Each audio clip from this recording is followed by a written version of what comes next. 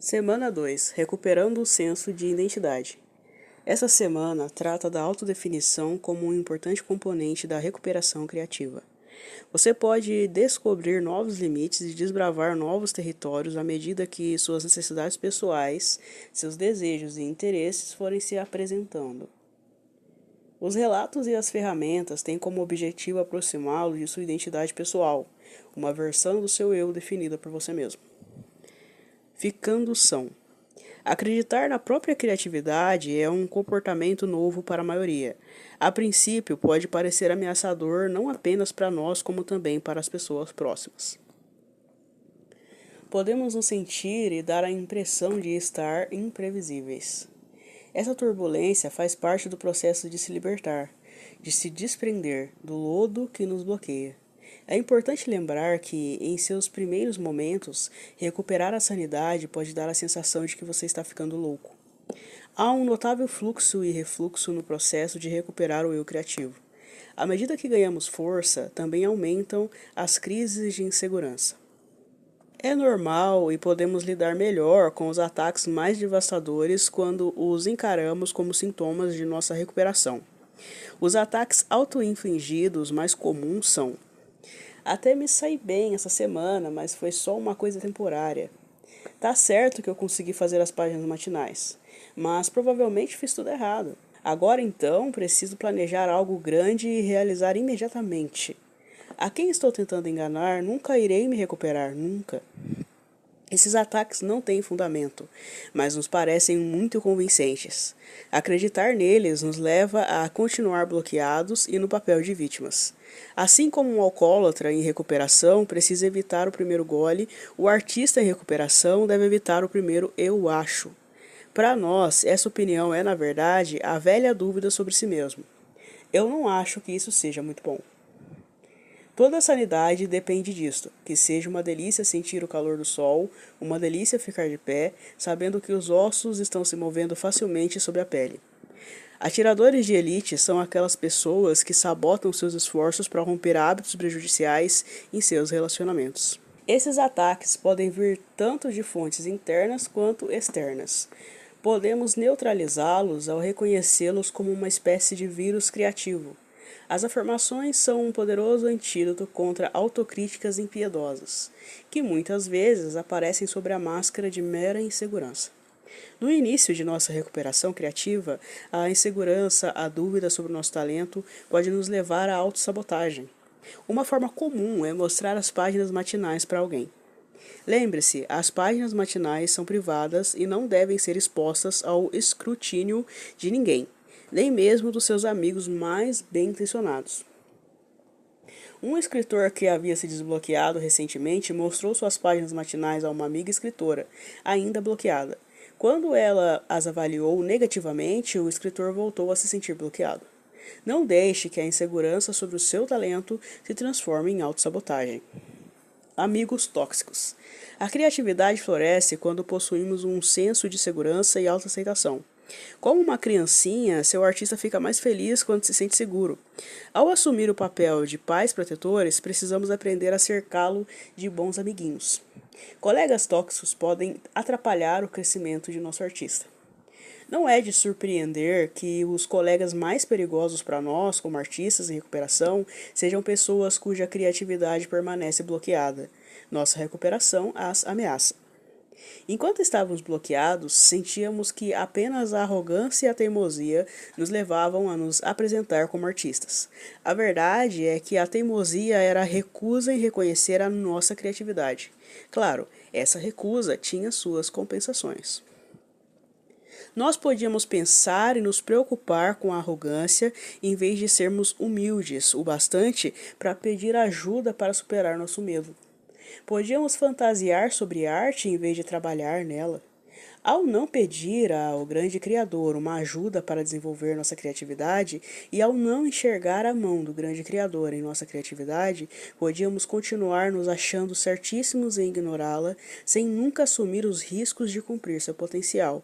Seus amigos bloqueados talvez ainda se consolem ao acreditar nessas mesmas ilusões.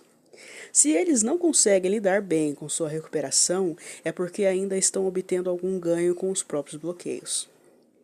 Talvez ainda extraiam um prazer anorexo nesse martírio ou recebem compaixão alheia e chafurdem na autopiedade. Talvez ainda se sintam confortáveis ao imaginar o quanto seriam mais criativos do que os outros se fossem eles a realizar um trabalho artístico. Esses comportamentos agora são tóxicos para você. Não espere que seus amigos bloqueados aplaudam sua recuperação. Equivale a esperar que seus melhores companheiros de copo comemorem sua sobriedade. Como poderiam, se ainda querem se agarrar ao vício da bebida? Saber o que você prefere, em vez de humildemente dizer amém ao que o mundo lhe impõe como preferência, é manter a sua alma viva. Amigos bloqueados podem considerar perturbadora a sua recuperação. Sua superação levanta a possibilidade inquietante de que eles também poderiam se desbloquear e assumir riscos criativos autênticos em vez de permanecerem acomodados no cinismo. Fique alerta quanto a possíveis sabotagens sutis. Você não tem como se dar ao luxo de levar em conta as dúvidas bem-intencionadas que eles expressam agora. As dúvidas deles irão realimentar as suas. Fique particularmente atento a qualquer sugestão de que você estaria se tornando egoísta ou diferente. Essas palavras são alertas vermelhos para nós. São tentativas de nos empurrar de volta para velhos hábitos, para o benefício e conforto de outros e não nosso. Criativos bloqueados são facilmente manipulados pela culpa. Nossos amigos, se sentindo abandonados por não fazermos mais parte das fileiras dos bloqueados, podem inconscientemente tentar nos causar culpa e nos convencer a abandonar nossos novos hábitos saudáveis. É muito importante entender que o tempo dedicado às páginas matinais é o tempo entre você e Deus. Você conhece melhor suas respostas, você será guiado a novas fontes de apoio à medida que se dedicar a apoiar a si mesmo. Seja muito cuidadoso ao proteger seu artista em início de recuperação. Muitas vezes a criatividade é bloqueada porque nos encaixamos nos planos de outras pessoas. Queremos reservar tempo para o trabalho criativo, mas sentimos que deveríamos fazer outra coisa. Bloqueados, não nos concentramos em nossa responsabilidade por nós mesmos, mas em nossas responsabilidades pelos outros. Tendemos a pensar que esse tipo de comportamento nos torna pessoas boas. Não, isso nos torna pessoas frustradas. O elemento essencial em alimentar e cuidar de nossa criatividade consiste em cuidar de nós mesmos. Cuidando de si próprio, você alimenta sua conexão interna com o grande Criador. Graças a essa conexão, a nossa criatividade desabrochará, caminhos irão se abrir. Precisamos acreditar no grande Criador e agir com fé. Repito, o grande Criador nos deu a dádiva da criatividade. Nossa forma de retribuir essa dádiva é usá-la. Não desperdice esse tempo precioso a pedido de amigos. Toda vez que você não segue o seu guia interior, você sente uma perda de energia, de força, é uma sensação de morte espiritual. Seja gentil, mas firme, e não ceda. A melhor coisa que se pode fazer para ajudar os amigos é ser um exemplo por meio da própria recuperação. Não deixe que os medos e as hesitações deles tirem você dos trilhos. Em breve, com as técnicas que irá aprender, você poderá ensinar aos outros. Em breve, você será uma ponte para outras pessoas atravessarem, saindo da insegurança para a autoexpressão. Por enquanto, proteja seu artista recusando-se a mostrar as páginas matinais para os curiosos e a dividir com amigos o seu encontro com o artista. Trace um círculo sagrado em torno da sua recuperação. Dê a si mesmo a dádiva da fé. Acredite que está no caminho certo. Você está sim. À medida que você vai se recuperando, também fica mais natural ter fé em seu Criador e no Criador que existe dentro de si. Você aprenderá que, na verdade, é mais fácil escrever do que não escrever, pintar do que não pintar e assim por diante. Você aprenderá a apreciar a canalização de energia criativa e a deixar de lado a necessidade de controlar o resultado. Você descobrirá a alegria de praticar a sua criatividade. O processo, não o produto, irá se tornar o seu foco. A sua cura é a maior mensagem de esperança para os outros. Criadores de caso. Além dos amigos tóxicos, outra coisa semelhante que fazemos para evitar nossa criatividade é nos envolvermos com criadores de caso. São aqueles cuja personalidade cria os centros das tempestades. São muitas vezes carismáticos, charmosos, altamente originais e fortemente persuasivos. Para as pessoas criativas à sua volta, são tremendamente destrutivos. Você reconhece o tipo, carismático, mas temperamental. cheio de problemas, mas com pouquíssimas soluções. Criadores de casos são o tipo de pessoa que pode tomar conta da sua vida. Para quem tem o desejo inconsciente de consertar os outros, eles são irresistíveis. O criador de caso tem tanto que precisa ser mudado, gera tantas distrações. Se você está envolvido com o tipo, provavelmente já sabe, com certeza reconhece a breve descrição no parágrafo anterior. Adoram drama. Sempre que conseguem, são as estrelas do show. Todos a seu lado funcionam como coadjuvantes, seguindo as suas deixas, entradas e saídas de acordo com seus enlouquecidos caprichos. Alguns dos criadores de caso mais destrutivos que já encontrei são famosos. São o tipo de artista que dá uma reputação ruim a todos os outros. Exuberantes, eles adquirem esse status ao se alimentar da energia vital das pessoas ao redor. Por essa razão, muitos dos artistas mais malucos dos Estados Unidos costumam estar cercados de amigos e assistentes tão artísticos quanto eles, mas determinados a subverter o próprio talento a serviço do rei e dos criadores de casa. Aprenda a se manter em contato com o silêncio interior e saiba que tudo nesta vida tem um propósito. Lembrando-me de um set de filmagem que visitei muitos anos atrás, o cineasta era um dos gigantes do cinema norte-americano. Sua estatura era indiscutível, assim como sua identidade como criador de caso. Filmagens costumam ser bastante cansativas. Com o diretor em questão eram piores ainda. Mais horas de trabalho, crises intermináveis de paranoia, intrigas e politicagem no meio cinematográfico. Em meio a boatos de que haveria escutas escondidas no set, esse rei dos criadores de casos se dirigia aos atores por meio de alto-falantes, enquanto ficava escondido como o Mágico de Oz, num trailer imenso e luxuosamente equipado. Nas últimas 2 décadas, observei muitos diretores de cinema em ação. Fui casada com um cineasta bastante talentoso e eu mesma dirigi um filme. Costumo dizer que a equipe de filmagem lembra uma família estendida. No caso daquele rei dos criadores de caso, no entanto, a equipe lembrava mais a família de um alcoólatra, o bêbado pensador, cercado por pessoas que tomavam todo o cuidado para não irritá-lo e faziam suas vontades, fingindo que seu ego gigantesco e suas exigências concomitantes eram normais. No set daquele sujeito, a produção teve que lidar com tremendos atrasos no cronograma de filmagem e estouros no orçamento, por causa das demandas nada razoáveis do rei bebê. Uma equipe de filmagem é essencialmente um time de experts, e testemunhar o desalento desses especialistas inestimáveis foi uma difícil lição sobre o poder tóxico de um criador de caso. Cenógrafos, figurinistas, engenheiros de som, todos brilhantes, para não falar nos atores, se tornavam cada vez mais machucados à medida que a produção transcorria em seu curso devastador. Para criar o drama que chegaria às telas, eles precisavam enfrentar os dramas pessoais do diretor ensandecido. Como todas as boas pessoas do meio cinematográfico, essa equipe estava disposta a trabalhar até tarde para garantir um bom resultado. O que as desanimava era trabalhar exaustivamente a serviço de um ego em vez de servirem à arte. A dinâmica da pessoa que cria caso e enlouquece os outros é baseada no poder. Então qualquer grupo pode funcionar como um sistema de energia a ser explorado e exaurido. Elas existem em qualquer ambiente e em qualquer forma de arte.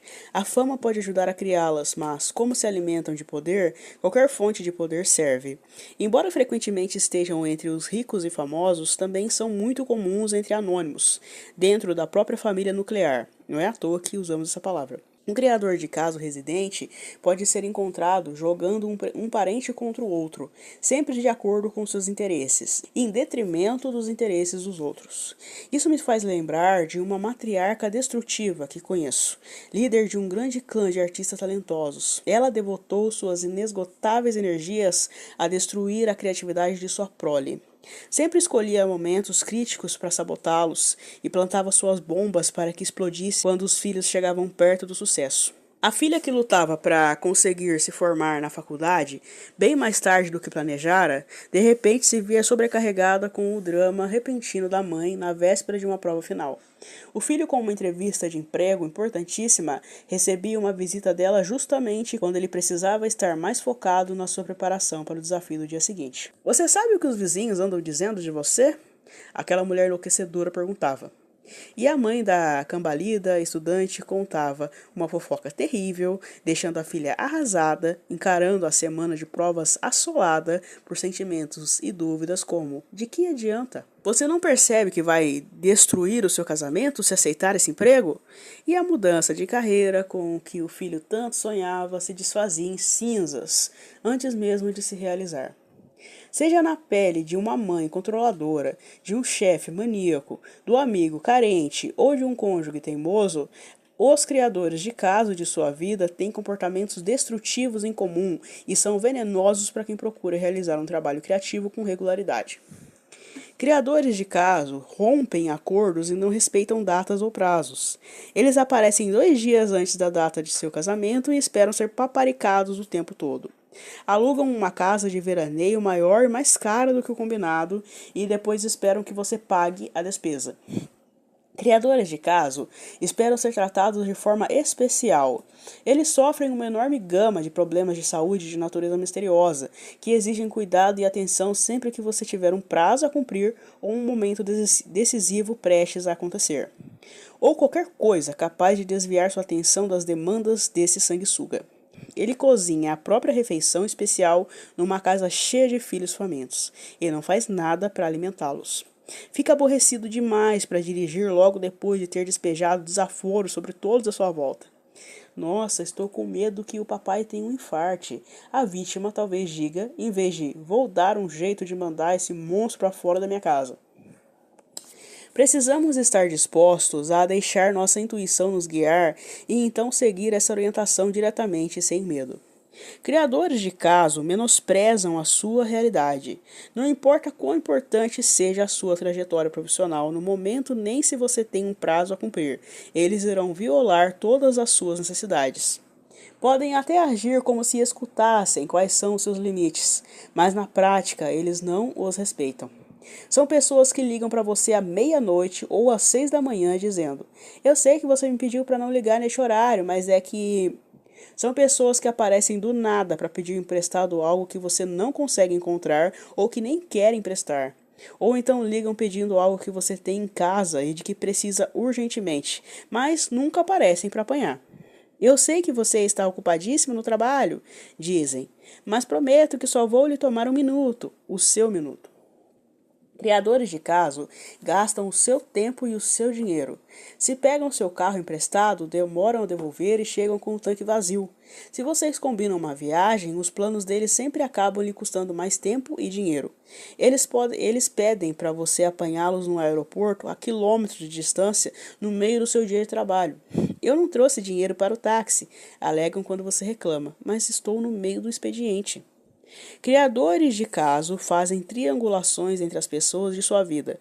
Como se alimentam de energia, a sua energia, eles jogam uns contra os outros, a fim de manter sua posição de poder bem no centro. É onde eles podem se alimentar mais diretamente das energias negativas que provocam. Fulano me contou que você chegou atrasado ao trabalho hoje. Ele pode fofocar. Você reage da maneira que ele quer e fica com raiva do fulano, ignorando o fato de que o criador de caso usou um boato para desestabilizar você emocionalmente. Criadores de casos são experts em jogar a culpa nos outros. Nada que dá errado é culpa deles, e em geral jogam a culpa em você. Se você não tivesse depositado o cheque da pensão alimentícia, o banco não teria devolvido por falta de fundos, disse um ex-marido criador de caso para a ex-mulher que lutava para manter a serenidade. Criadores de caso criam dramas, mas raramente onde os dramas deveriam estar. Eles são muitas vezes criativos bloqueados. Com medo de efetivamente lidar com a própria criatividade, têm horror que os outros possam desenvolver seu lado criativo. Sentem inveja, sentem-se ameaçados. Isso os torna dramáticos, às suas custas. Dedicados aos próprios interesses, eles impõem seus desejos aos outros. No convívio com um encrenqueiro desse tipo, sempre se lida com a famosa relação de percepção entre a figura e o fundo. Em outras palavras, qualquer coisa que for muito importante para você ficará trivializada em segundo plano diante do drama pessoal dele. Você acha que ele ou ela me ama? Perguntam ao telefone enquanto você está estudando para obter a licença de advogada ou prestes a buscar seu marido no hospital. Criadores de caso odeiam horários marcados, a não ser os deles próprios. Em suas mãos, o tempo se torna uma ferramenta de abuso. Se você reservar para si um determinado horário, seu criador de caso encontrará um jeito de exigir sua presença naquele exato momento. Vai de forma misteriosa precisar da sua atenção justamente quando você precisa estar só e concentrado na tarefa do momento. Fiquei acordado até às 3 da manhã. Não posso levar as crianças para a escola. Ele dá um bote bem no dia em que você precisa sair mais cedo para um café da manhã com seu chefe. Criadores de caso odeiam a ordem. O caos serve a seus propósitos. Quando você começa a estabelecer um lugar que funciona para você e sua criatividade, o seu criador de caso abruptamente invade esse espaço com os próprios projetos. O que são todos esses papéis e esse cesto de roupas em cima da minha mesa de trabalho? Você pergunta. Ah, eu decidi organizar os meus textos da faculdade e estava procurando pares das minhas meias. Criadores de caso nunca são assumidos. Vão direto na jugular. Não sou eu que estou deixando você maluca, pode argumentar quando se menciona uma promessa rompida ou algum tipo de sabotagem. O problema é que nossa vida sexual anda péssima. Desacelere e aproveite a vida. Não é apenas a paisagem que você está perdendo ao se mover rápido demais. Você também perde o senso da direção para onde está indo e o porquê. Se esses personagens são tão destrutivos assim, por que nos envolvemos com eles? A resposta curta e brutal é que também somos loucos e autodestrutivos. Sério? Isso mesmo. Como criativos bloqueados, fazemos o possível e o impossível para permanecer assim. Por mais assustadora e abusiva que seja a vida com um criador de caso, ela parece muito menos ameaçadora do que o desafio de tocar uma vida criativa própria. O que aconteceria? Como ficaríamos? Frequentemente tememos que, se nos permitirmos ser criativos, acabaremos virando também seres enlouquecedores, abusando de quem nos cerca. Com esse medo servindo de desculpa, continuamos a permitir que os outros abusem de nós. Se você estiver envolvido no momento com um criador de caso, é muito importante admitir esse fato. Admita que está sendo usado e que você também está usando o outro.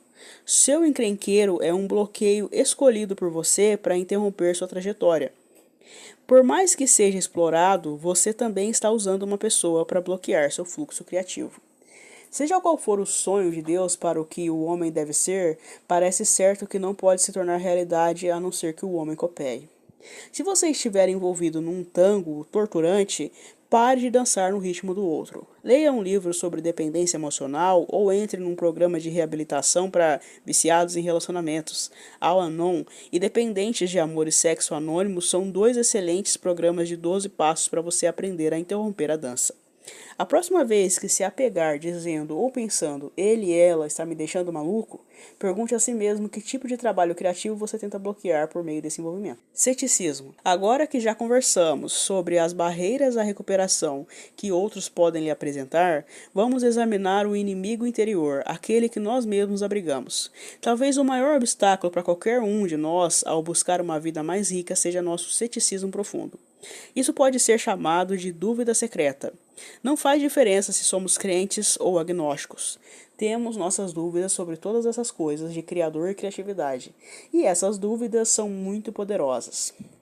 Se não as colocamos para fora, se não falamos sobre elas, podem acabar nos sabotando. Muitas vezes tentamos ser fortes e escondemos nossos sentimentos de dúvida. Devemos parar de sufocá-los e passar a explorá-los. Acreditar em Deus ou numa força guia, porque alguém lhe diz para acreditar, é o cúmulo da estupidez. Somos dotados de sentidos com os quais captamos informações. Com nossos olhos nos vemos, com nossa pele sentimos. Com nossa inteligência é pretendido que possamos compreender, mas cada pessoa deve descobrir por si suas soluções. Na sua essência, as dúvidas são mais ou menos assim. Comecei a escrever as páginas matinais e me sinto mais desperto e mais consciente. E daí? É só uma coincidência. Pois é, comecei a encher o poço e a levar meu artista a encontros e realmente percebo que estou mais animado. E daí? Não passa de coincidência. Sim, agora estou começando a reparar que quanto mais exploro a possibilidade de haver uma força do bem, mais eu percebo coincidências felizes aparecendo em minha vida. E daí? Continuo sem acreditar que estou realmente sendo guiado. Isso seria muito estranho. Achamos estranho imaginar uma mão invisível que nos auxilia porque ainda duvidamos que é bom ser criativo. Com essa atitude arraigada, nós não só olhamos os dentes dos cavalos dados, como também os chicoteamos no traseiro para espantá-los de nossa vida o mais rápido possível. Quando o Mike iniciou sua recuperação criativa, ele conseguiu admitir que gostaria de fazer filmes. 2 semanas depois, através de uma série de coincidências, ele se encontrou numa escola de cinema com tudo pago por sua empresa. Mas ele relaxou e aproveitou? Não. Disse a si mesmo que o curso de cinema seria uma distração de sua verdadeira tarefa, que seria arrumar outro emprego. Desistiu do cinema e foi correr atrás de outra ocupação. 2 anos depois, ao lembrar desse incidente, Mike já consegue reconhecer o seu erro. Quando o universo lhe entregou aquilo que ele tanto queria, ele devolveu o presente. Mais tarde, ele se permitiu estudar cinema, mas só depois de tornar tudo muito mais difícil do que o universo havia pretendido. Uma das coisas que mais vale a pena notar numa recuperação criativa é a nossa relutância em levar a sério a possibilidade de que o universo talvez esteja cooperando com nossos planos novos e mais amplos. Tomamos coragem de tentar a recuperação, mas ainda não queremos que o universo realmente perceba. Ainda nos sentimos demais como fraudes para lidar com qualquer tipo de sucesso. Quando ele vem, queremos que vá embora. Claro que sim. Qualquer tentativa mínima de alimentar melhor nosso lado criativo é muito assustadora para a maioria das pessoas. Quando nossa pequena experiência leva o universo a abrir algumas portas, começamos a nos retrair. Ei, você, esteja onde estiver, não precisa ser tão rápido. Gosto de pensar na mente como se fosse um quarto. Ali guardamos todas as nossas ideias típicas sobre a vida, sobre Deus, sobre o que é possível ou não. O quarto tem uma porta. Essa porta fica entreaberta e dá para ver o que do lado de fora há uma luz fortíssima e brilhante. Lá fora, na luz brilhante, existem muitas ideias novas que consideramos fora do nosso alcance. Portanto, não as trazemos para dentro. As ideias com que nos sentimos confortáveis estão conosco, naquele cômodo. As outras estão do lado de fora e nós as deixamos lá. Na nossa vida ordinária, anterior à recuperação, quando ouvíamos algo estranho ou ameaçador, simplesmente pegávamos a maçaneta e fechávamos a porta com toda a força e bem rápido. Trabalho interior desencadeando mudança externa? Ridículo, bate a porta com toda a força. Deus se dando ao trabalho de ajudar na minha recuperação criativa? Bate a porta com toda a força. Sincronicidade apoiando meu artista com coincidências felizes? Bate, bate, bate. Pense em si mesmo como uma força incandescente, iluminada e talvez eternamente conversando com Deus e seus mensageiros. Não importa quão lento é o filme, o espírito sempre fica parado o tempo necessário para o fotógrafo que ele escolheu. Agora que estamos em recuperação criativa, há uma nova abordagem que podemos experimentar. Para isso, precisamos deixar de lado nosso ceticismo com delicadeza, para usar mais tarde se necessário. E quando uma ideia estranha ou uma coincidência passar por perto, abrimos um pouquinho mais a porta com um leve empurrão. Deixar o ceticismo de lado, mesmo brevemente, pode permitir explorações muito interessantes. Na recuperação criativa, não é necessário mudar qualquer uma de nossas crenças, é necessário examiná-las. Acima de tudo, a recuperação criativa é um exercício de manter a mente aberta. Novamente, imagine sua mente como aquele cômodo com a porta entreaberta. Abrir a porta um pouquinho mais é o que torna a mente aberta. Essa semana, comece a praticar conscientemente o ato de abrir sua mente. Atenção! Muitas vezes o bloqueio criativo se manifesta como um vício em fantasia. Em vez de trabalhar ou viver no aqui e agora, ficamos parados e apenas sonhamos com o que poderíamos ou deveríamos ter. Um dos mitos mais errôneos sobre a vida artística é o de que ela seria errante, sem objetivo definido. Mas a verdade é que ela exige grandes períodos de atenção. A atenção é uma forma de se conectar e de sobreviver. Desenvolva interesse na vida que está diante de você. Nas pessoas, nas coisas, na literatura, na música. O mundo é tão rico, simplesmente pulsando com ricos tesouros, lindas almas e pessoas interessantes. Esqueça-se de si mesmo. Relatórios da flora e da fauna. É como eu costumava chamar as longas e sinuosas cartas de minha avó. O arbusto de forsythia está florescendo, e hoje de manhã vi meu primeiro sabiá. As rosas estão aguentando firmes, mesmo neste calor. As folhas do sumagre estão mudando de cor, e também as daquele bordo vermelho perto da caixa de correio. O meu cacto de Natal está quase florescendo. Eu acompanhava a vida de minha avó como se estivesse assistindo a um longo filme caseiro. Imagens disso e daquilo, editadas de forma desconexa. A tosse do seu avô está piorando. Acho que nossa pônei vai dar cria antes da hora. A Joane voltou a cuidar da Ana no hospital. Nós temos uma nova cadela, chamada Trixie, e ela adora dormir sobre os cactos. Imagine só. Eu imaginava assim. As cartas facilitavam. Pelos olhos de minha avó, a vida era uma série de pequenos milagres. Os lírios sobre os salgueiros em junho, a lagartixa correndo para se esconder sob as pedras cinzentas do rio que ela tanto admirava, por serem tão lisinhas. A correspondência acompanhava a passagem das estações do ano e de sua vida. Ela viveu até os 80 anos, e as cartas chegaram até seus últimos dias. Quando morreu, foi tão repentino quanto o florescer de um de seus cactos de Natal. Um dia as flores aparecem, no outro não estão mais ali. Ela deixou para trás as cartas e o marido com quem conviveu durante 62 anos. Meu avô Daddy Howard era um malandro elegante, com sorriso de jogador e sorte de perdedor. Fez e perdeu muitas fortunas, a última delas para sempre. Ele gastava tudo na bebida e no jogo, esbanjando o dinheiro como quem lança migalhas aos passarinhos. Desperdiçava as grandes oportunidades da vida tanto quanto a minha avó saboreava as pequenas.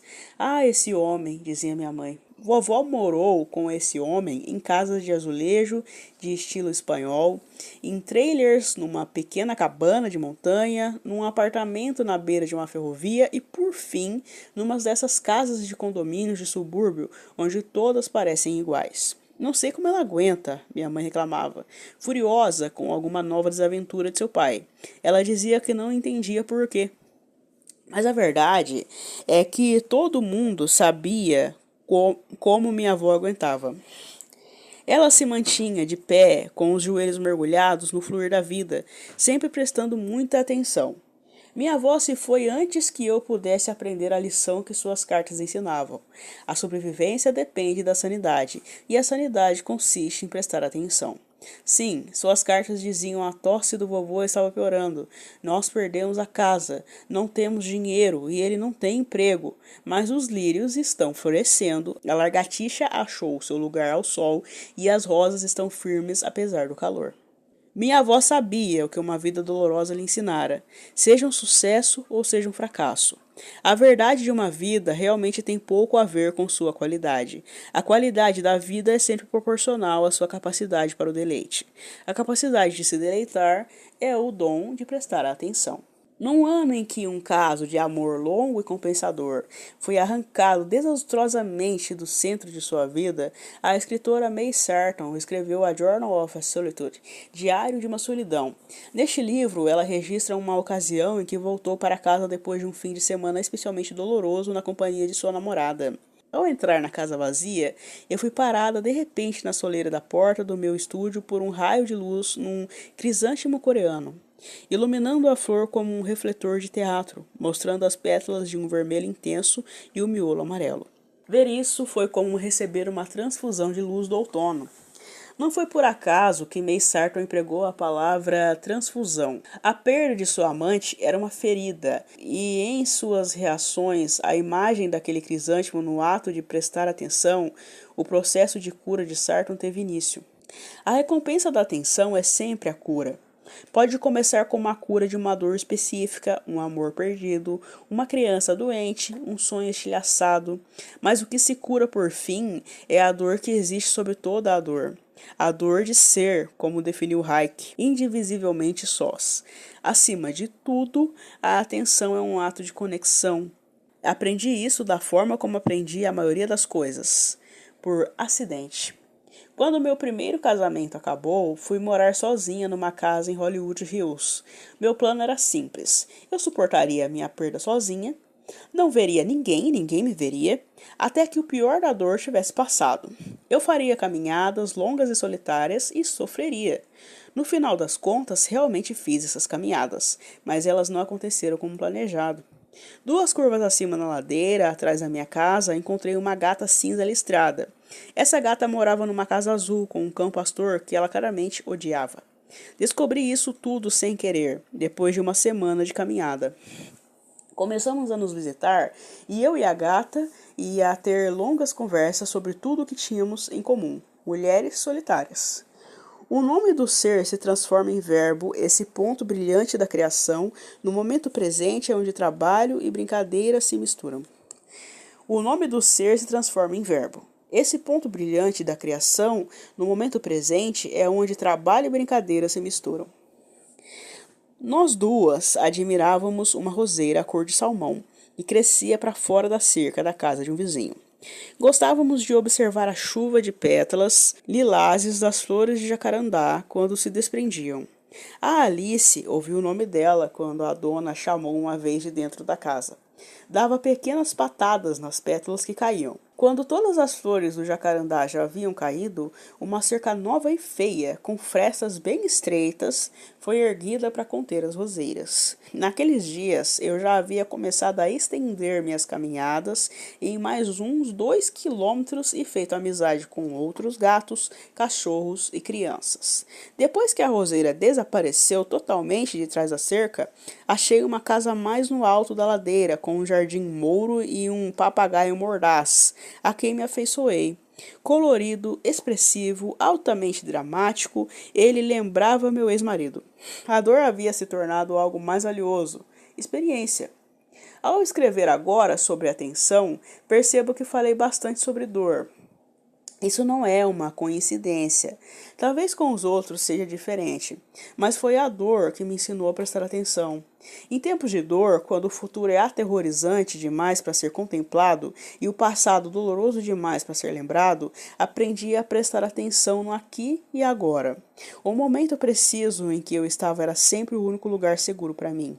Cada momento isolado era sempre suportável. No agora exato, estamos todos sempre bem. O casamento talvez tenha acabado ontem. Amanhã a gata pode morrer. O telefonema do namorado, por mais que eu espere, pode nunca acontecer. Mas pelo menos agora, neste exato momento, está tudo bem. Estou inspirando e expirando. Ao entender isso, comecei a perceber que nenhum momento era desprovido de beleza.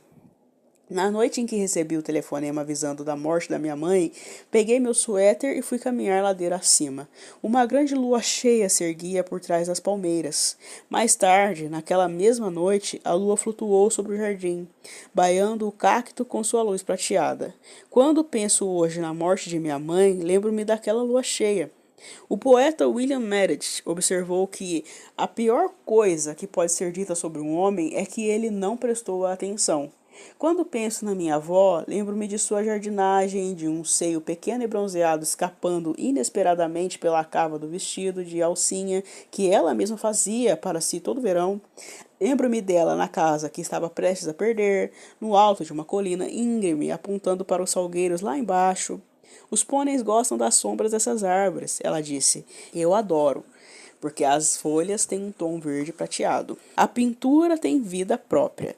Tento trazê-la à vista. Regulamento. Para ser um artista, eu devo 1. Fazer as páginas matinais, usá-las para descansar, sonhar ou tentar. 2. Encher o poço ao cuidar do meu artista. 3. Estabelecer metas pequenas e suaves e atingi-las. 4. Rezar pedindo orientação, coragem e humildade. 5. Lembrar que é muito mais difícil e doloroso ser um artista bloqueado do que praticar arte. 6. Estar atento sempre à presença do grande Criador guiando e ajudando meu artista. 7. Escolher companhias que me incentivem a fazer o trabalho artístico e não apenas falem sobre o trabalho ou porque eu não estou fazendo o trabalho. 8. Lembrar que o grande Criador ama a criatividade. 9. Lembrar que é minha função fazer o trabalho e não julgá-lo. 10. Colocar um cartaz no meu local de trabalho criativo dizendo: Grande Criador, eu me encarrego da quantidade, você se encarrega da qualidade. Tarefas. 1.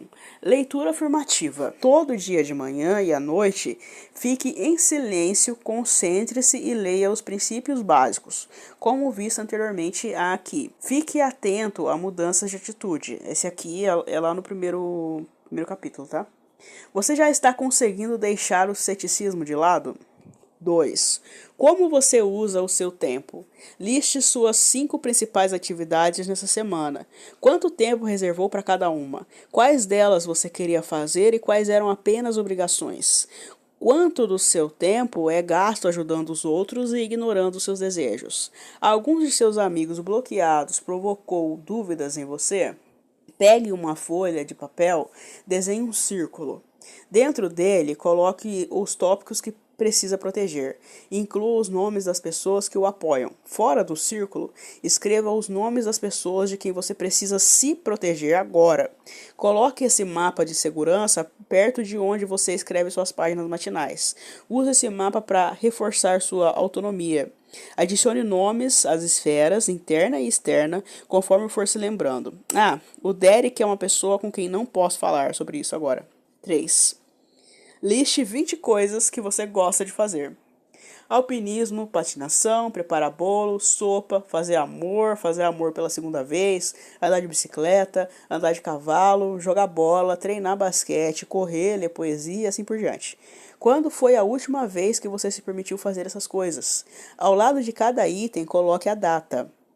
Não se surpreenda se a sua última vez fazendo uma de suas coisas favoritas foi anos atrás. Isso irá mudar. Esta lista é uma excelente fonte de ideias para encontros com o artista. 4. A partir dessa lista, escreva 2 coisas favoritas que você evita fazer há tempos e que poderiam ser os objetivos dessa semana. Esses objetivos podem ser pequenos: comprar um rolo de filme para sua câmera analógica e fotografar. Lembre-se de que estamos tentando recuperar a autonomia com seu próprio tempo. Procure intervalos só para você e use em pequenos atos criativos. Vá à loja de discos no horário do almoço, mesmo que seja apenas por 15 minutos. Pare de procurar por grandes intervalos de tempo livre. Em vez disso, busque períodos curtos. 5. Dê um pulo de volta na semana 1 e leia as suas afirmações. Repare quais delas causam reação mais forte em você. Muitas vezes, a que parece a mais ridícula acaba sendo a mais significativa. Escreva 3 afirmações de sua preferência 5 vezes por dia nas suas páginas matinais. Faça questão de incluir as afirmações que você mesmo criou a partir de suas objeções. 6. Retorne à lista de vidas imaginárias da semana passada. Adicione mais 5 vidas. Mais uma vez, reflita se seria possível viver pequenas partes dessas vidas nesta que você vive agora. Se listou a vida de uma dançarina, você se permite sair para dançar? Se listou um monge, já experimentou fazer um retiro espiritual? Se pensou em ser mergulhador, que tal visitar um aquário público ou fazer um passeio até o lago? 7. Torta da vida. Desenhe um círculo. Divida-o em 6 fatias de torta. Rotule um pedaço como sendo espiritualidade, o outro exercícios, o outro diversão, e assim por diante, com trabalho, amigos, romance e aventura. Coloque uma bolinha em cada fatia, indicando o grau em que você se sente realizado em cada área. A parte mais larga da fatia indica muita satisfação. A parte mais perto do centro, não muita. Trace linhas conectando as bolinhas de cada fatia. Isso irá lhe mostrar onde você sente mais desequilíbrio. No início, é comum que os pontos ligados na sua torta da vida pareçam uma tarântula. À medida que você vai progredindo em sua recuperação, sua tarântula começa a aparecer mais como uma mandala. Ao trabalhar com essa ferramenta, você vai perceber que algumas áreas de sua vida estão mais empobrecidas e que você não dedica quase nenhum tempo a elas. Use aqueles pequenos intervalos de tempo livre para mudar isso. Se sua vida espiritual é mínima, até mesmo uma paradinha de 5 minutos na igreja ou no templo de sua preferência pode trazer de volta o sentimento de ser parte de algo maior. Muitas pessoas acham que 5 minutos ouvindo música de tambores pode colocá-las em contato com sua essência espiritual. Para outras, é uma ida a uma estufa de plantas. O importante é que mesmo um mínimo de atenção às suas áreas mais empobrecidas pode ser suficiente para alimentá-las. 8. 10 mudanças pequeninas. Liste 10 mudanças que você gostaria de fazer para si mesmo, da mais significativa à menor ou vice-versa. Comprar um lençol novo para trocar com mais frequência. Ir à China. Pintar a sala. Romper a amizade com a nojenta da Conceição. Faça a lista assim. Eu gostaria de. Eu gostaria de. Completa. Eu gostaria de. E completa. À medida que as páginas matinais nos empurram cada vez mais em direção ao momento presente e que prestamos atenção à nossa vida atual, uma pequena mudança, como um banheiro recém-pintado, pode gerar uma sensação boa e exuberante de que estamos cuidando bem de nós mesmos. 9. Selecione um pequeno item e faça disso uma meta para esta semana. Agora realize. Checagem. 1. Quantas vezes você escreveu suas páginas matinais essa semana? Espero que tenham sido 7, lembra? Como foi a experiência? Como se sentiu fazendo as páginas matinais? Descreva seus sentimentos. Por exemplo, eu me senti tão estúpida. Escrevi um monte de coisinhas desconectadas que não pareciam ter nada a ver uma com as outras. Lembre-se, se você está escrevendo as páginas matinais, elas já estão ajudando. Que assunto lhe causou mais admiração ao escrever? Responda essa pergunta detalhadamente na sua página de checagem. Este será um exame semanal de seus sentimentos, e não de seu progresso. Não se preocupe se suas páginas são lamentosas ou banais.